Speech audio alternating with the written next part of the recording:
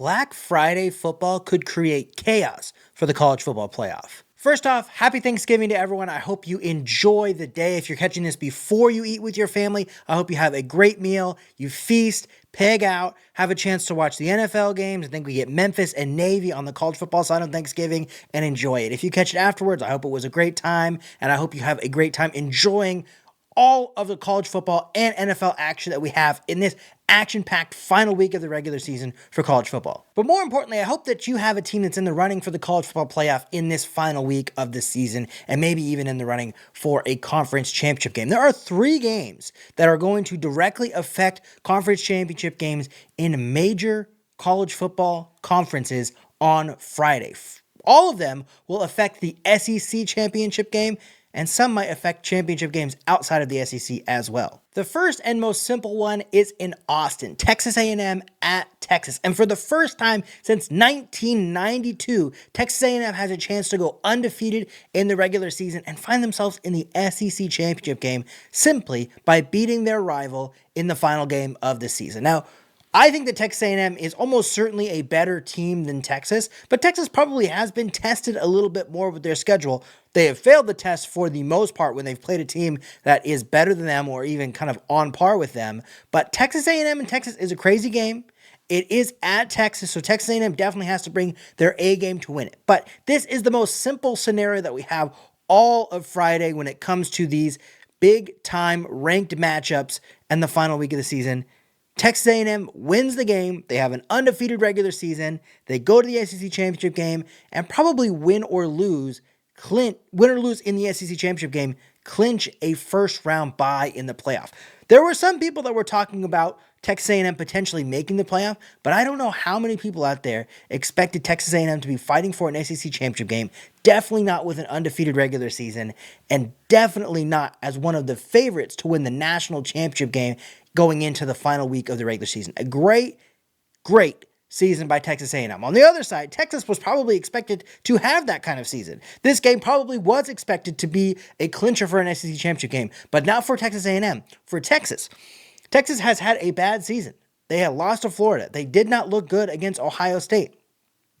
They really have not performed up to their top level aside from the Oklahoma game, and they probably would have won that if John Mateer was healthy in the Red River Shootout. So, Texas really needs to get this win. I don't think that they will find their way into the playoff even with the win as a 3-loss team, but they have kind of positioned Texas in a way that if they get this win, and if some more chaos happens, they're not closing the door completely on Texas making the college football playoff. So, regardless of what the outcome for their college football playoff life would be, they need to get this win in order to just kind of establish this as a somewhat successful season. Although, making the college football playoff or not making the college football playoff kind of makes it an unsuccessful season by design, because Arch Manning was supposed to be the greatest thing since sliced bread, and he's just not this season. Let's move to the second most straightforward scenario, and that's Georgia at Georgia Tech in Atlanta this final week of the season.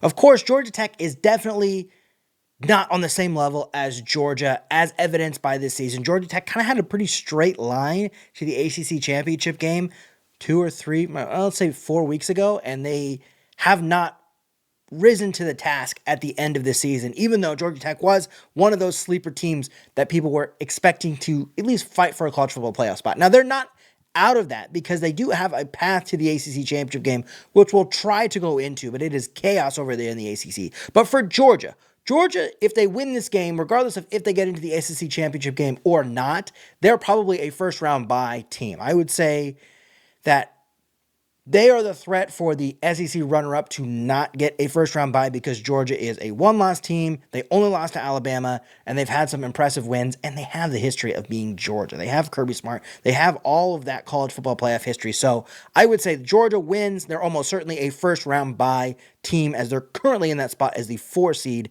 in the college football playoff. If they win and either Texas A&M or Alabama loses, they will also find themselves in the SEC championship game, potentially avenging, or with an opportunity to avenge, their only loss of the season against Alabama if Texas A&M is the one to lose there. I don't know that that is necessarily the ideal scenario for Georgia. I think if you're a Georgia fan, and Oregon has a similar scenario currently, and this is how I feel as an Oregon fan, let's win the last week game. Let's have everybody else take care of business, and let's get a bye. It'd be interesting to see a team that doesn't make a college football, it doesn't make a conference championship game, getting a bye in the first round because they're going to get like a month off. And I don't know that that's necessarily the best thing. But I think if you're Georgia, you don't necessarily want to play in the conference championship game if you win in this game. Now, if they lose, this is the more chaos-inducing scenario, right? If Texas wins and Texas A&M loses, Texas A&M is probably still in the college football playoff. Texas really needs some additional help to get into the college football playoff. I don't know how much chaos that creates, other than Texas A&M dropping down and probably just getting a home game instead of getting that first round bye, but it's not as much chaos. However, if Georgia finds a way to lose this game and Georgia Tech wins, Georgia might find their way out of the college football playoff, because you wouldn't say that they have a more impressive resume than Oklahoma. I think that Oklahoma is almost certainly the prohibitive number one two-loss team currently, and Oklahoma should win their final game of the season. Georgia lost to Alabama, so they would have a worse two-loss resume than Alabama. Notre Dame has kind of been grandfathered into the spot that they have in. I don't think that they want to move Notre Dame at all. I think they want Notre Dame as a first-round road team, and with a chance to play the number one seed. I think that that's the spot that they're kind of carving out, the 9 seed for Notre Dame. So I don't know that Georgia would be in front of Notre Dame, but that would be the 1-2 loss team that they kind of have, a chance to be in front of if it was that they lost that game.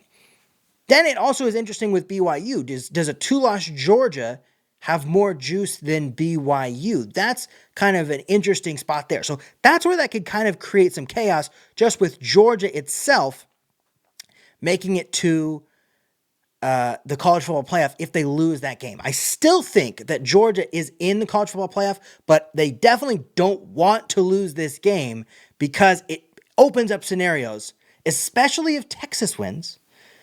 It opens up scenarios in which there might not be a spot for Georgia when everything starts to kind of crisscross its way out. And for Georgia Tech, this game is not really that important for their college football playoff life, because they're not vaulting into the college football playoff as an at-large team just off the back of the Georgia win. And it doesn't affect anything with their ACC standing. They are already set in the ACC. So they're really just more concerned about what happens with the rest of the ACC on Friday and Saturday to see if they can find a way to sneak into not really sneak in. They're one of the favorites to make it to the ACC championship game, and that's where it's really important. But this game is definitely important for momentum. And there's so many scenarios that could go any different way with the ACC, and this is kind of how it was last year. So many different ways that you can get into the ACC championship game. But really, the important things for Georgia Tech is that Pitt beats Miami, and Virginia Tech beats Virginia. Now, that doesn't necessarily guarantee that they'll find their way in, but of all the scenarios, that's the two things that they can simplify the most. If Pitt and Virginia Tech win, that is the most straightforward scenario for Georgia Tech to find their way into the ACC championship game with a chance to win and get into the college football playoff. And finally, the Egg Bowl. Now, this one doesn't necessarily have a lot of chaos that might come directly from it, but if Ole Miss finds a way to lose this game, in a game that does have kind of a history of craziness, that might open the door for some other teams, and it might really hurt Ole Miss, because a 2-loss Ole Miss team really starts to fall into this chaotic territory, because then we have this 3-way kind of thing with Alabama where Ole Miss beat Oklahoma, but Oklahoma beat Alabama, but Georgia beat Ole Miss, and Alabama beat Georgia. So how do those teams get ranked out if they're all 2-loss teams, assuming that Oklahoma finishes off against LSU and that Alabama obviously wins the Iron Bowl? Because Ole Miss doesn't really have any other win besides that Oklahoma win that they can really hang their hat on to say this is a quality win, especially in the conversation against Alabama and Oklahoma. The thing that they fall back on is that Oklahoma victory against Ole Miss, but I think that that's from a time when John Mateer was just trying to get back healthy, and like they've talked about, the committee is kind of giving Oklahoma the benefit of the doubt in those games. So where does Ole Miss as a 2-loss team fall? Where do they fall when they get compared to BYU as a 2-loss team? Where do they fall when they get compared to Miami as a 2-loss team? Those are the conversations that if you're an Ole Miss fan, you definitely don't want to have. And something that's sticking out there is that Vanderbilt is number 14 in the country, and they have a top 20 matchup with Tennessee on Saturday that could sneak them into that conversation as well as what do we do with this 10-2 SEC team? And these are the conversations that the College Football Playoff Committee do not want to be having. They don't want to have 4 2-loss SEC teams, maybe 5 2-loss SEC teams if both Georgia and Ole Miss fall short on Friday. If you have Georgia falling short, Ole Miss falling short, Alabama, Oklahoma, Vanderbilt, 5 2-loss SEC teams, trying to figure out not only which ones make the college football playoff, because they can't all make the college football playoff, which ones are ranked ahead of each other and as far as seeding, because one of those teams in that scenario most likely, at least one of them, most likely gets a home playoff game. So how do you decide that? These are the questions that the College Football Playoff Committee avoided last season by the way that everything fell out. Yeah, they would have had to choose between Alabama and a 3-loss Alabama team and a 2-loss Miami team, or a 3-loss Ole Miss team and a 2-loss Miami team, or a 3-loss South Carolina and a 2-loss, and all those kinds of things. But Clemson won the ACC championship game and took all those questions away. That completely avoided the questions that they would have had to have for the first time in the 12-team era last season. This season, they're almost certainly going to have some questions about what does a 2-loss team mean against another 2-loss team. But on Friday, it could create absolute chaos that creates precedents that I don't think the College Football Playoff Committee wants to create. They don't have the steps, the information, they don't have the gall to make those decisions. And I think that if you find that situation and they just kind of go with Georgia and Alabama and Oklahoma because they've all been in it before, we've seen them perform, and Ole Miss and Vanderbilt, well, they've never been in the college football playoff before, so we're not going to give them the benefit of the doubt that we would give these teams that have traditionally been college football playoff teams. We've seen them perform, maybe not in the case of Oklahoma, but they've been there before, so we're going to get them in. If that is the precedent that is set, then where do we go from there? Where does the College Football Playoff Committee go from there? So, if you're the College Football Playoff Committee, you want Georgia, you want Ole Miss, you want Texas A&M to all win their games, make it clear that they are all 1-loss teams that are getting in regardless of what happens in the SEC championship game, regardless of what happens in the Iron Bowl. Those 3 teams are in. You don't have to answer any more questions about that. You want Alabama to win in the Iron Bowl and Texas A&M and Alabama to face off in the SEC championship game, where both teams are almost certainly in. You want Oklahoma to take care of business against LSU. You have 5 SEC teams in. You make the SEC happy.